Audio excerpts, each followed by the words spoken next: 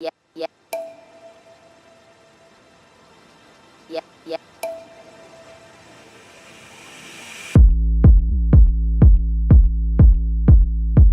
One of the things I noticed with presenting at this particular conference, based on some of the conversations I had with people who are more familiar with the culture and everything there, was not just for behavior analysts, but just researchers and experts in general. There seemed to be a real disconnect between what they were presenting content-wise and what was actually beneficial for the audience. So everyone, of course, had amazing information to share, but I would say about half, if not more than that, of the presenters presented in more of a style of being at, maybe a larger professional conference, like they were doing like medical, the grand rounds and things like that, where it's just kind of a lot of data of like, here are the things we know, but it wasn't really anything you could take home and use.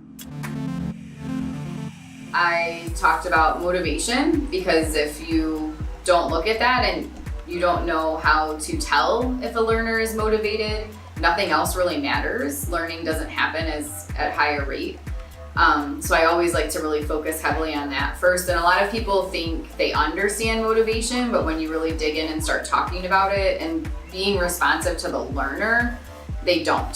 They think motivation just means you're being fun and that you have, things that the learner might like stickers or candy or whatever, but that does nothing to do with motivation.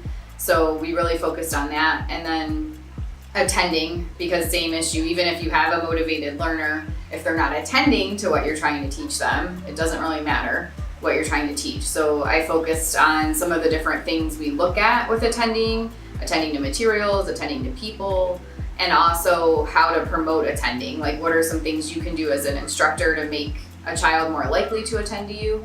And then how can you teach attending with actual systematic structured programs for it?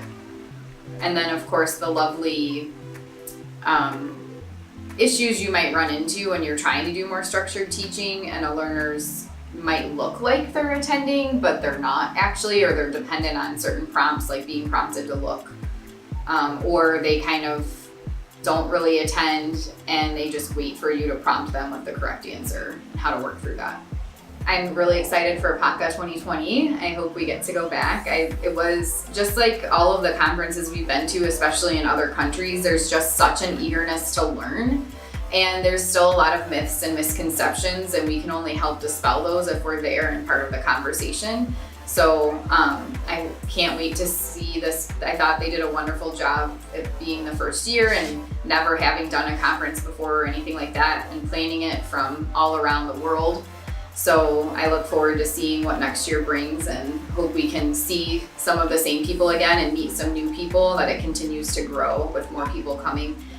Based on what we heard about autism in Africa and a lot of the areas here, still just the fact that they were able to have a conference of this nature put on by parents is really huge. This was filmed by me, Ryan O'Donnell. If you can, please check out the Patreon page and support so we can make more content like this. Big shout out to Megan Miller. Thank you so much for sponsoring this trip.